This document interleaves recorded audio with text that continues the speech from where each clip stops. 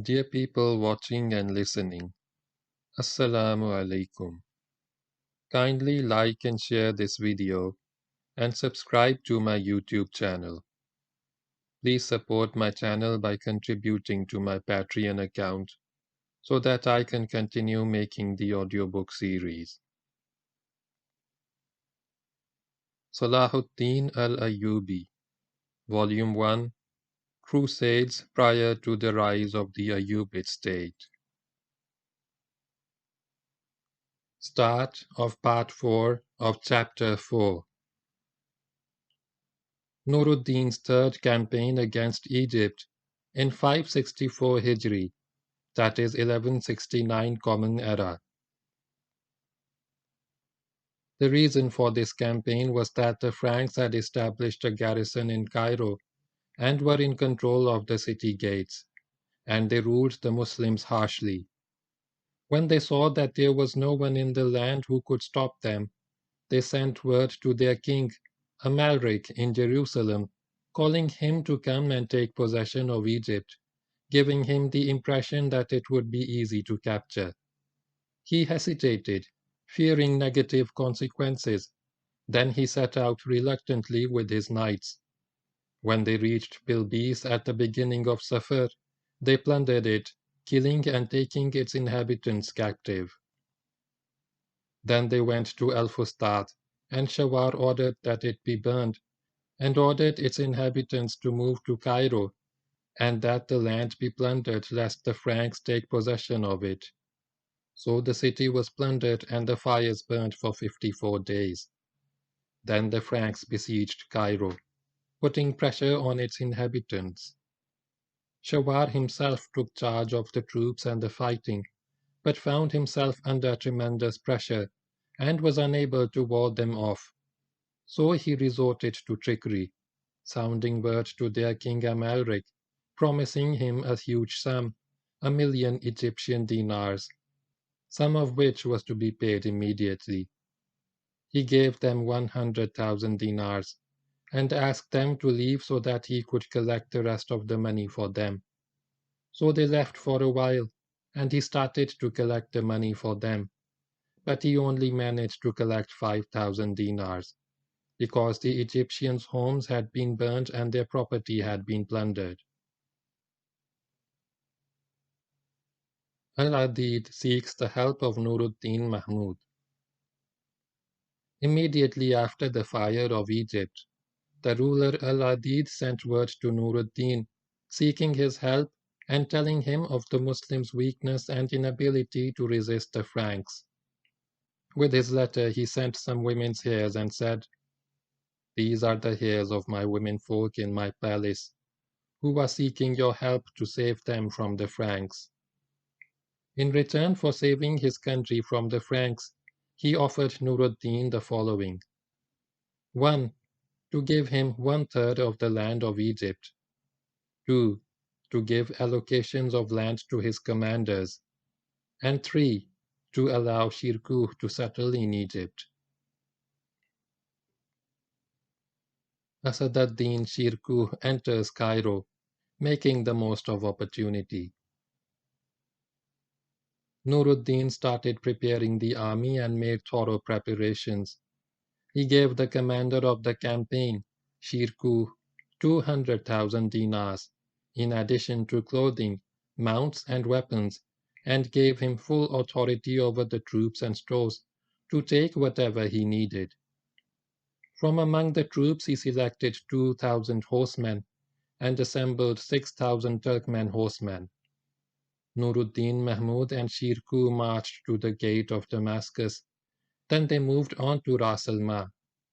Noor ad-Deen gave each horseman 20 dinars as a bonus, and gave Shirkuh an additional group of emirs, among whom was Salahuddin al-Ayyubi. Asad ad-Din traveled quickly, and when he drew near to Egypt, the Franks left and returned to their own country without having achieved anything, and with their hopes dashed. Noor ad-Din heard of their return, which cheered him, and he ordered that the good news be spread throughout the land. When Asad ad-Din reached Cairo, he entered the city and met with Al-Adid. who gave him gifts, and the people of Egypt rejoiced at his coming, and his troops were given supplies and taken care of. The slaying of Shawar. As for Shawar, he did not express what he was thinking.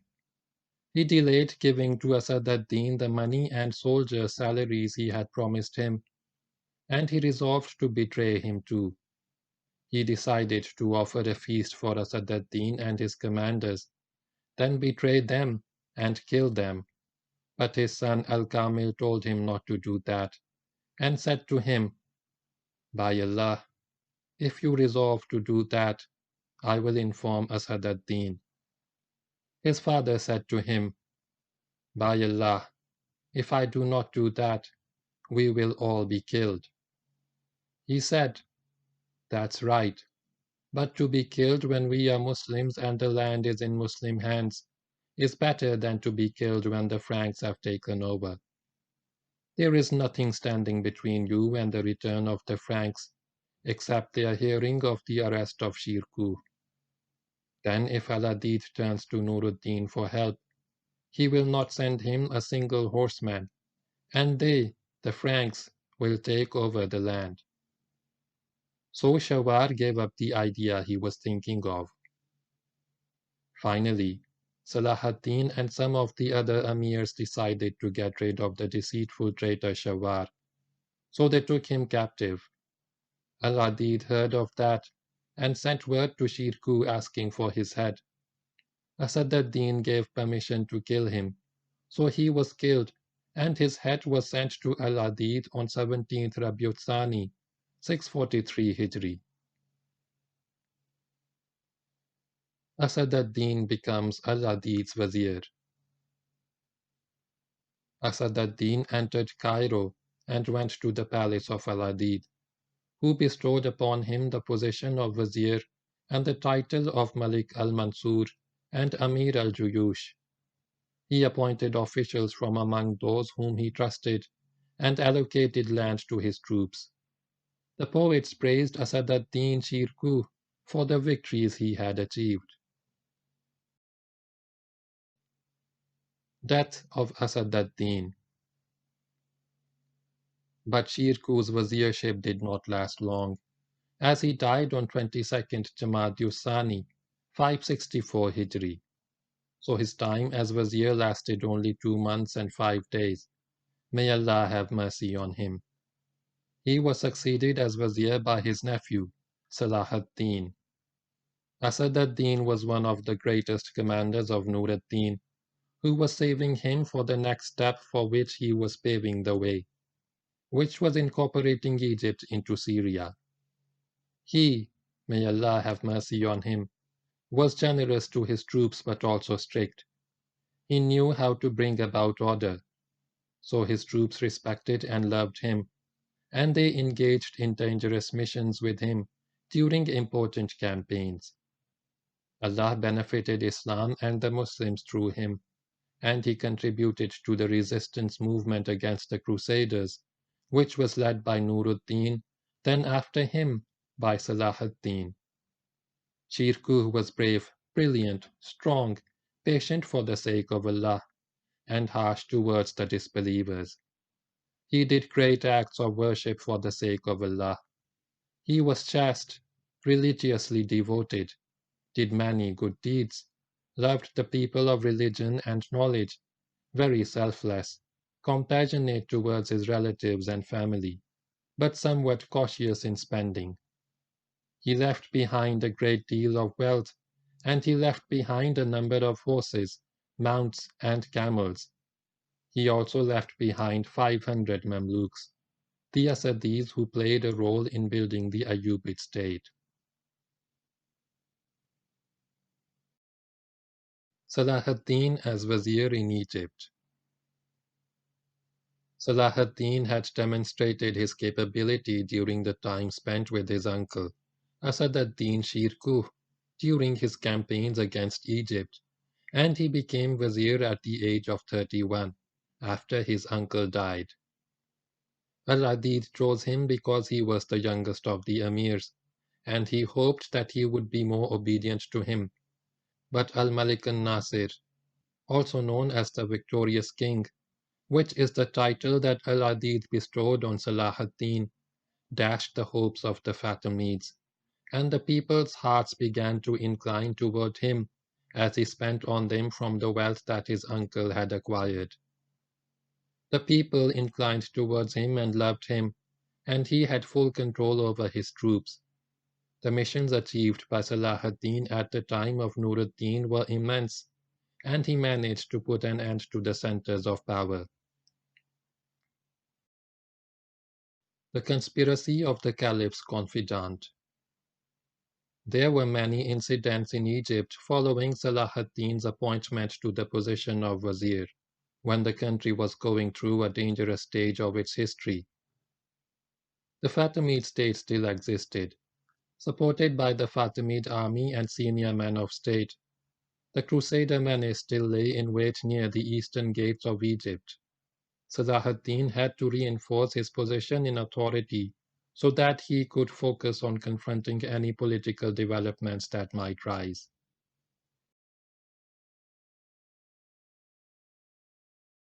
He soon demonstrated great capability in running the affairs of the state. It seems that he was determined to keep for himself all other kinds of authority, even those that were connected to the position of Caliph, and he implemented many measures that guaranteed him full control, including a. causing the hearts of the Egyptian population to incline towards him by means of the money that he spent on them, so they loved him. B. Subjugating Asad ad-Din Shirkuh's Mamluks to his authority, and taking full control of the troops after treating them well.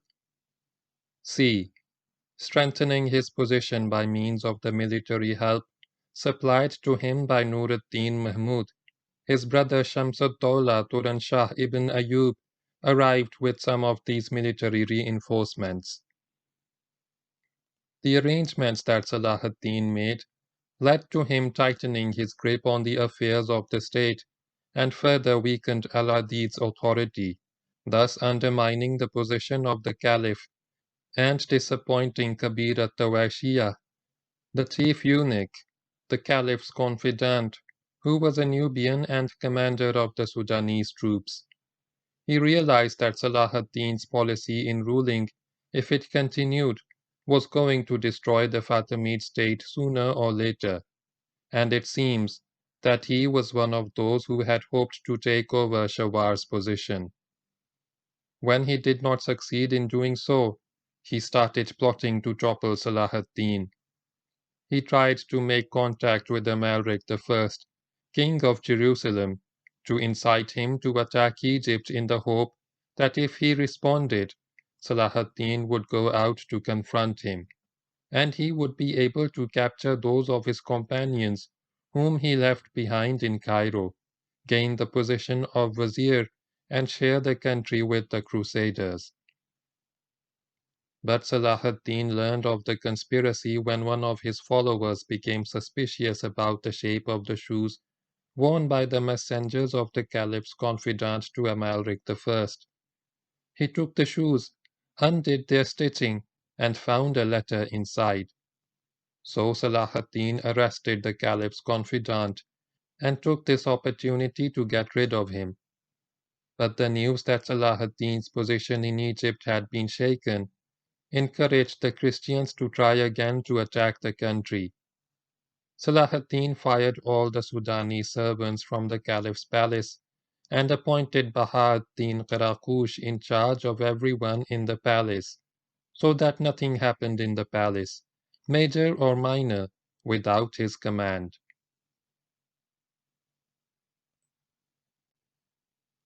The battle with the Sudanese troops. When at-Tawashi, the Caliph's confidant and Abyssinian servant, was killed and the other servants were dismissed, their Sudanese compatriots became angry, and nearly 50,000 of them gathered and fought with the army of Salah ad-Din in between the two palaces. Large numbers on both sides were killed.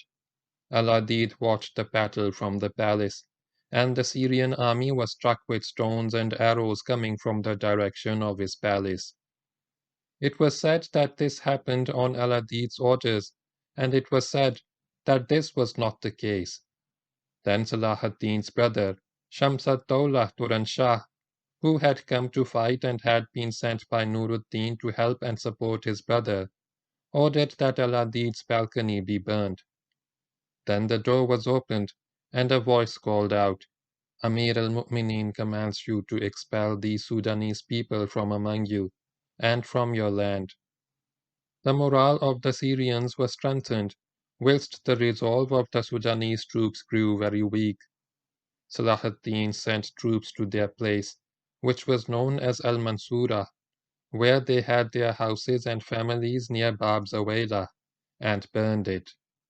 At that point, they turned and fled, with swords hitting them from all directions, and many of them were killed.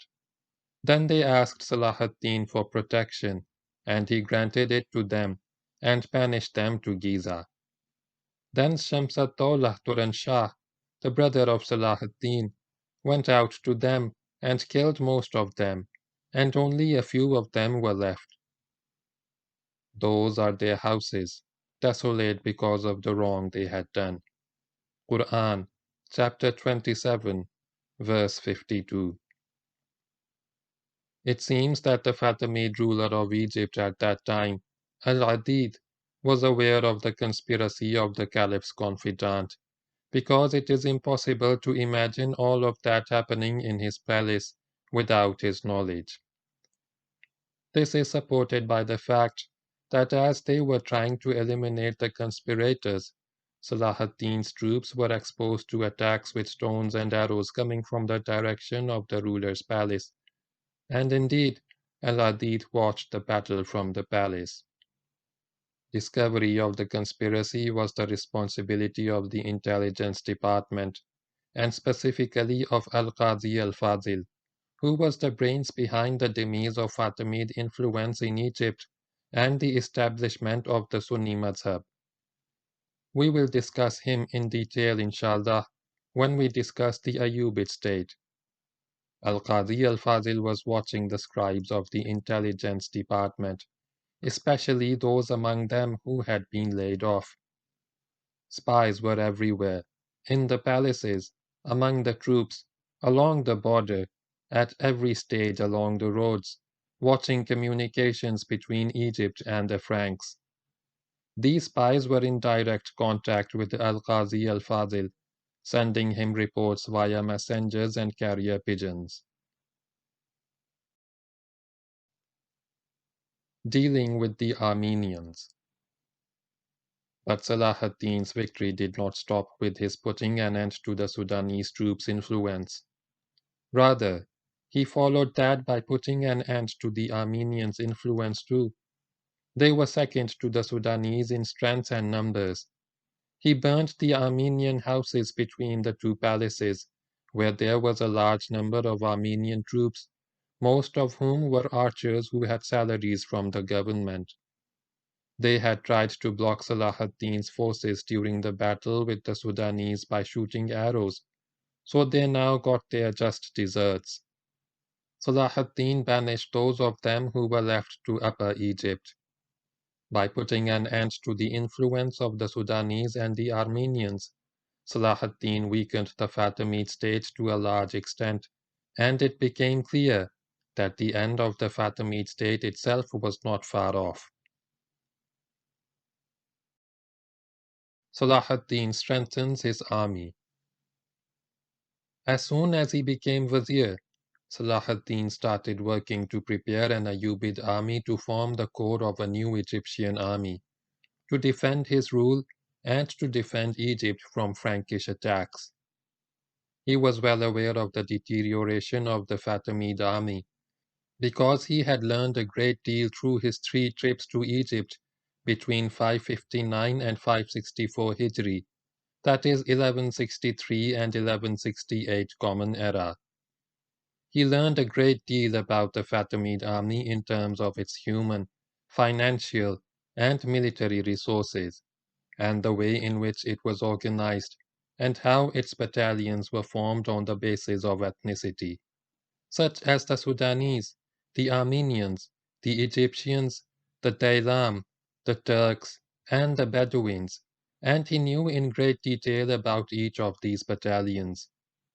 Al-Qazi al-Fadil had worked in the administration of these forces at the time of Ruzaq ibn al-Salih, and he had participated with them in some battles during the Second Frankish campaign against Egypt, as we referred to above. He saw the leaders of these various groups within the forces competing for power, which explains the deterioration of the troops and the weakening of Egypt to the point where it became unable to defend its independence or even to survive.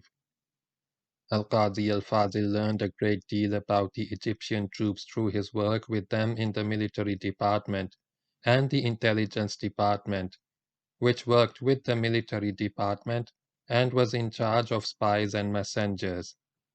He had a deep knowledge of these forces and their inner workings, and he knew each battalion among them and the intentions of each commander. He did not withhold any of this information from Salahaddin. Rather, he advised him how to organize and run his Ayyubid army.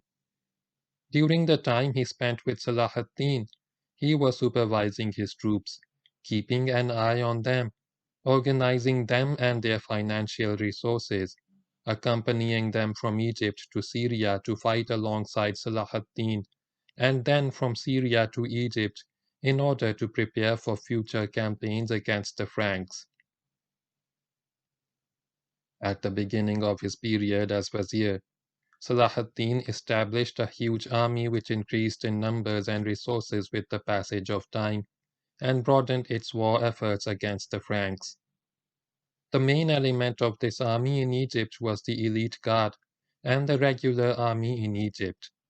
Then the popular army, which was composed of feudal emirs and their troops, and the Bedouin, especially in Syria and Mesopotamia after 570 Hijri, that is 1174 Common Era.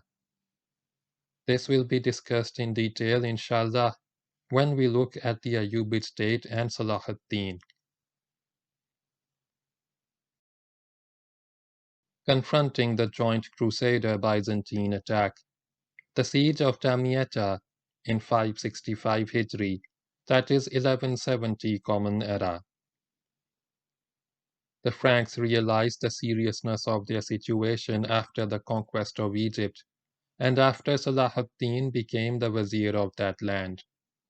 The king of Jerusalem, Amalric, agreed with the Byzantine emperor to attack Egypt using their fleets, and to besiege Damietta in accordance with that agreement. Salahaddin sent his forces, led by his maternal uncle Shihab ad-Din Mahmood and his nephew Taqi ad-Din Umar. He also sent word to Noor ad-Deen, expressing his concerns, saying, "If I do not go to Damietta, the Franks will take it over, but if I go, the Egyptians will take advantage and spread mischief. They will rebel against me and pursue me, and with the Franks ahead of me, we will be utterly destroyed." Noor ad-Deen played the role that was expected of him. He took a sound decision and sent troops to Salahaddin. Then he went himself to the Frankish territory in Greater Syria and launched raids against the Frankish fortresses and citadels, and his troops reached a point that they had never reached before in their land, so as to reduce the pressure against Egypt and support Salahaddin, thus enabling him to gain a tight grip on Egypt, after which he would be free to help in achieving the greater strategic goal of liberating the greater Syrian coast from Frankish occupation. The garrison of Damietta played a heroic role in defending the city. They spread huge chains across the river to prevent the Greek ships from approaching, and the Muslims who were defending the city inflicted huge casualties on the Greek Byzantine fleet. Heavy rain turned the Crusader camp into a swamp, so they prepared themselves and left after a siege of 50 days. When the Byzantine fleet sailed off, A violent storm came, and the navy that was half dead from starvation could not control their ships, so most of them drowned, and Allah granted the Muslims a decisive victory. Reasons for the failure of the campaign against Damietta. The failure of the Byzantine Crusader attack against Damietta was due to a number of factors connected to the Muslims, Crusaders, and Byzantines, and to both the Crusaders and Byzantines as a combined force. Factors affecting the Muslims. 1. Perseverance of the inhabitants of Damietta in withstanding the aggressors. 2. Salah ad-Deen's swiftness in supplying the city with food and weapons, which raised the morale of its inhabitants. 3. Sincere cooperation between the Muslim forces in both Syria and Egypt, with the aim of resisting the aggressors. 4. The fighting skills, good planning, and precise organization of the Muslim forces. And 5.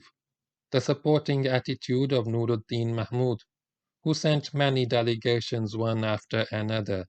Then Noor ad-Deen took advantage of the Franks' absence from their land to head towards them with his huge army, who wreaked havoc in their land, seizing their wealth as booty, killing many of their men and taking many of their women and children captive. When news reached the Franks in Damietta of what Noor ad-Deen had done, they had no choice but to leave Damietta, the Muslims making good use of the opportunity that were available to them. They took advantage of the fact that the Byzantines were suffering starvation and launched attacks against them that proved effective. They also took advantage of the wind blowing from the south to set fire to the Byzantine fleet. More important than all of that was the help and protection of Allah, who was with them and bestowed his support upon his fighting slaves. Factors affecting the Crusaders. 1.